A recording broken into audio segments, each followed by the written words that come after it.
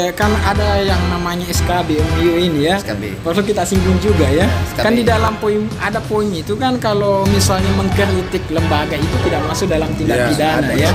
Apalagi kalau hasil dari evaluasi dari pengamatan penilaian ya kan. Iya. Lalu kita mentransmisikan, mengungkapkan di depan publik itu.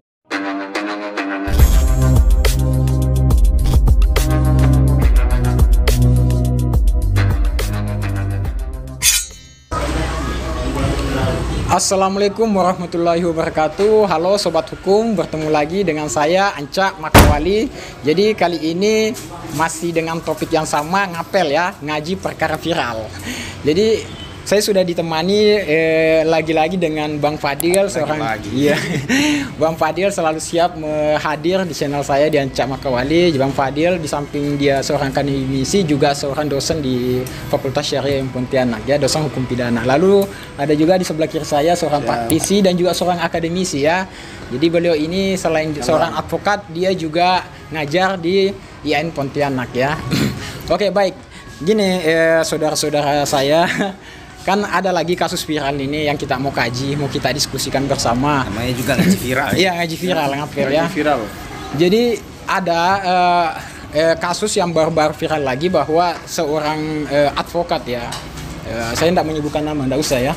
Jadi dilaporkan atas dugaan hate speech ya, ujaran kebencian. Ini masih dugaan ya, karena di dalam cuitan konten-konten yang dipublikasikan di media sosial itu dianggap oleh aparat atau lembaga itu sebagai apa ya, ujaran kebencian ya, agar diketahui oleh umum ya, dan nanti saya akan tampilkan juga ya pasalnya itu diancamkan itu pasal 28 ayat 2 ya, kalau saya tidak salah di Undang-Undang IT nomor 19 tahun 2016. Nah, betul ya.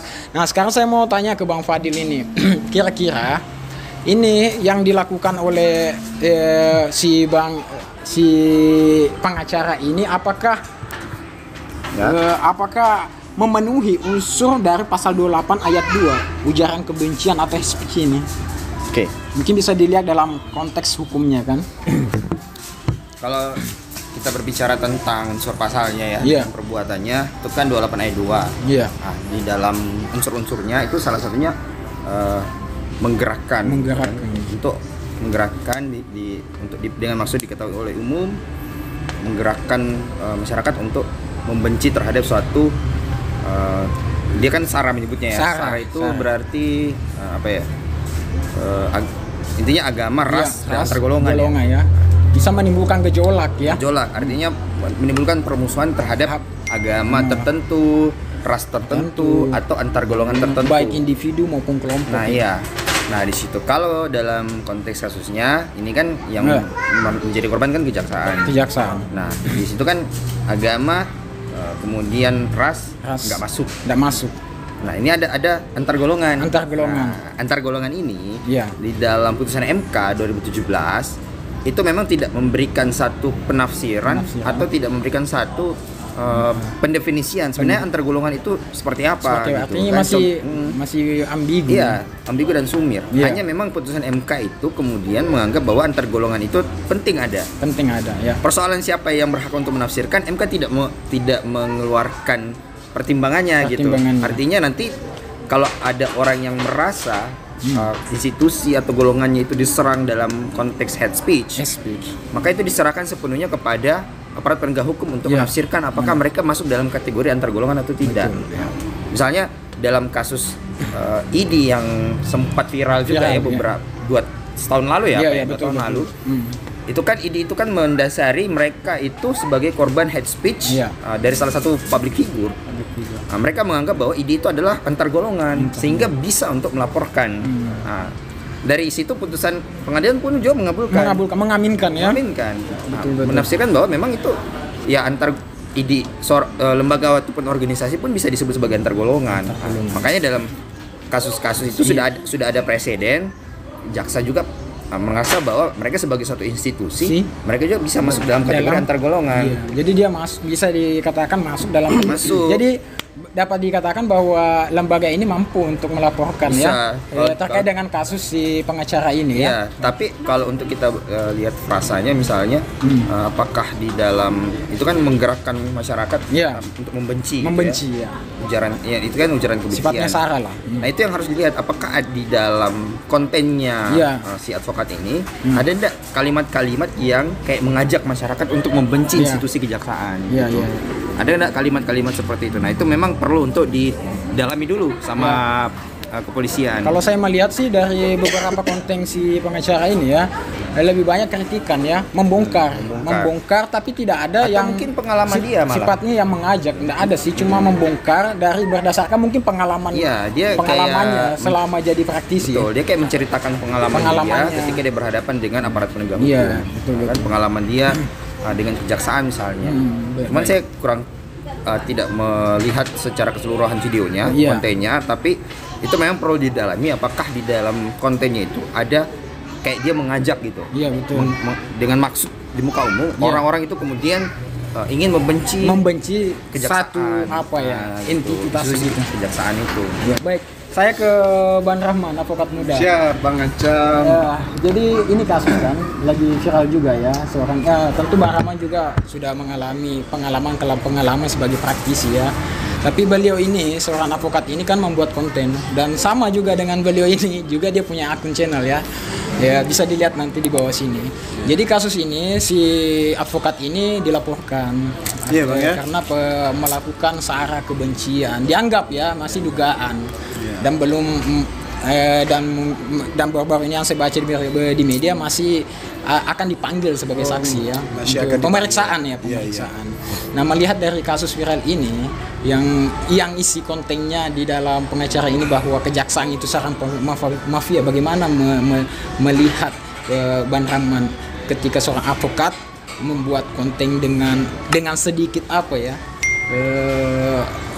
ekstrem ya, sensitif ya, apakah itu boleh dilakukan sebagai seorang praktisi atau tidak? Ya, terima kasih Bang Anca. Jadi begini, kita lihat bahwasanya hukum itu tidak memandang siapapun. Maka kita sebagai negara hukum semuanya diberlakukan hak yang sama kan begitu. Kalau kita melihat dari kasus ini kan ini menjadi dugaan pasal 28 ayat 2 tentang elektronik ujaran kebencian. Dianggap ujaran kebencian. Kalau kita pahami di pasal itu kan bunyinya setiap orang yang tanpa hak memberikan informasi.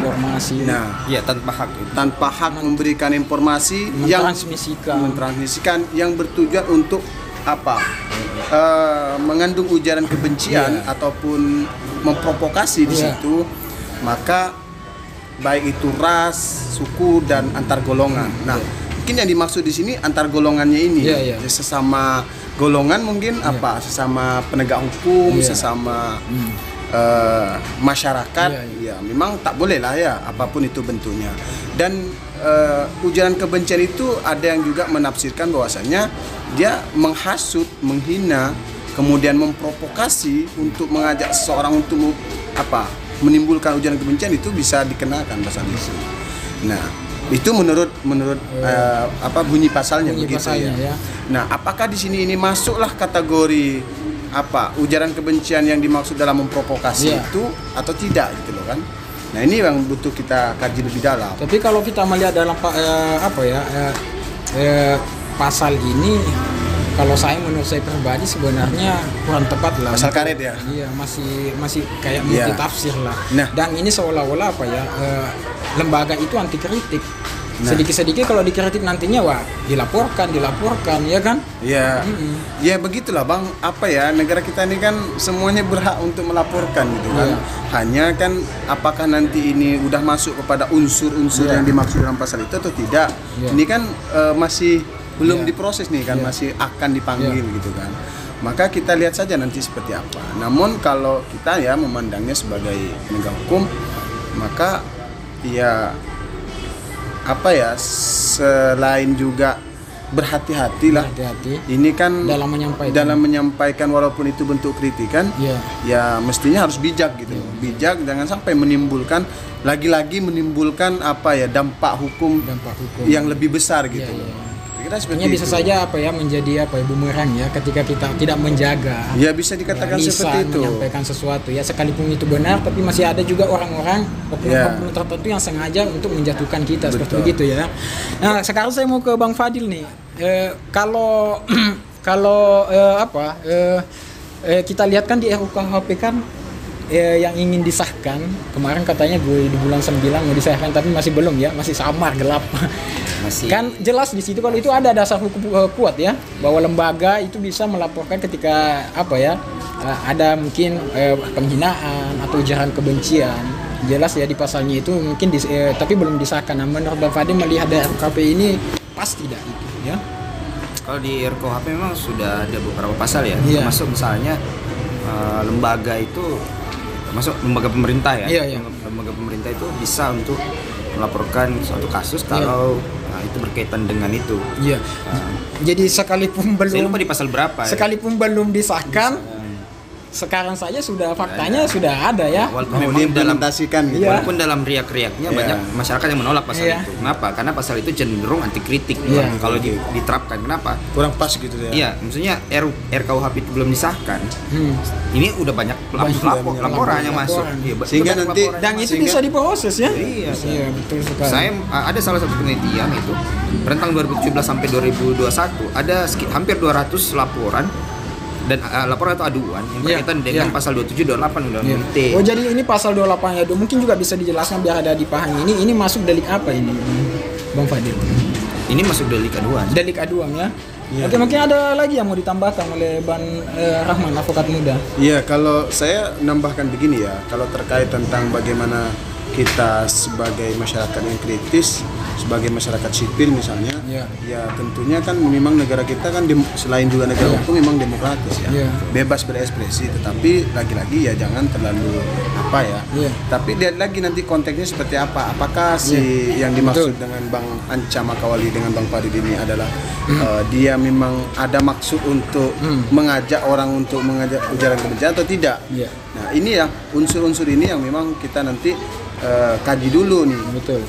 Walaupun penyidik sekalipun kan harus dilihat dulu nih konteksnya seperti apa dulu. Kan gini, kan ada yang namanya SKB MU ini ya.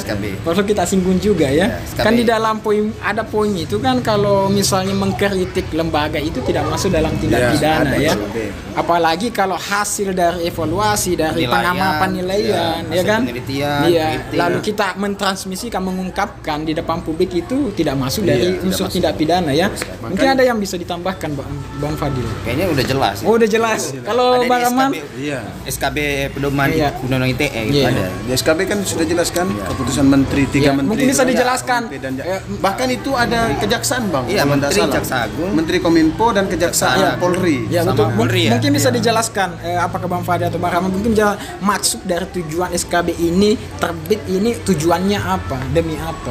Mungkin ada yang bisa Bang Fadil atau Bang Rahman. Jadi SKB ini sebenarnya ingin menjembatani beberapa penafsiran yang sumir terkait dengan Undang-Undang ITE dan juga sifat karet dari norma-norma di Undang-Undang ITE itu. Jadi dengan adanya pedoman ini aparat penegak hukum itu tidak boleh, maksudnya mereka harus melihat ke pedoman kalau ingin misalnya memproses satu kasus yang berkaitan dengan ITE. Nah, itu ada rambu-rambunya nih. Ada rambu-rambunya. Bisa langsung nih. Harus dinilai kira-kira ini kritikan kah, kira-kira hasil penilaian kah, dan lain-lain sebagainya, itu harus dinilai di situ. Iya, betul ya. Terus siapa yang subjek hukum yang harus mengadu itu pun diatur di situ. Nah, misalnya kalau institusi yang mengadu, kalau di pasal 27 ayat 2 ada dijelaskan. Nah, ini kan kalau pencemaran ya, pasal 27 ayat 3 ya, konteks pencemaran itu jelaskan bahwa institusi itu bukan subjek hukum yang bisa melaporkan atau mengadu. Tapi di pasal 28 ayat 2 konteks antar golongan itu pun bisa sebenarnya. Bisa. Tapi di situ diatur rambu-rambunya untuk menjembatani. SKB itu. Ya, selain daripada itu kan SKB itu supaya tidak terlalu kalau tadi Bang Fadil bilang kan karet ya. Memang betul. Undang-undang ITE ini seolah-olah pasal karet gitu. Tidak serta-merta menghakimi seseorang karena ini sebenarnya ini kan lebih kepada penggunaan apa ya, elektronik, bukan untuk ujaran kebencian, untuk seseorang menyampaikan ekspresinya. Sebenarnya undang-undang ITE itu semangat awal dibentuknya itu ini menetralisir kalau saya lihat, menetralisir SKB ini, menetralisir agar tidak semudah itulah orang dihakimi, di justice ya. Nah, sehingga nanti kalau memang semuanya mengandung ujaran kebencian dibilang melanggar undang-undang ITE, jadi ujung-ujungnya nanti pembuktian saja nanti. Iya, ujung-ujungnya pembuktian. Nah, itu udah pasti kalau udah masuk proses. Ini kan kejaksaan nih. Ada satu semangat kejaksaan yang sekarang lagi naik. Iya. Itu adalah restoratif justice. Itu kan jaksa sudah buat peraturan kejaksaan. Kejaksaan Agung itu kalau nggak salah tahun 2020 ya. Iya, betul. Mungkin apalagi kasus ini kan bisa di restoratif juga ya. Bisa. Kalau kasus-kasus kecil bisa di RJ aja. Memang jelas ya kalau restorasi pencemaran masuk bagian restorasi bisa di RJ. Bahkan di pedoman RJ-nya MA, Mahkamah Agung, Undang-Undang ITE itu diminta hakim untuk kalau bisa udah RJ aja. Betul. Iya. Baik. Oke. Mungkin cukup ya untuk diskusi kita kali ini. Semoga apa yang kita sampaikan bersama ini bisa bermanfaat dan menambah hasanah pengetahuan adik-adik maupun sobat hukum, dan tetaplah menjadi pribadi yang tawadu, selalu menjunjung tinggi nilai-nilai keadilan. Mungkin itu saja, sampai berjumpa di video berikutnya. Assalamualaikum warahmatullahi wabarakatuh. Terima kasih untuk saudaraku semuanya. Like, subscribe Fakultas Syariah Yen Pontianak Advokat Muda.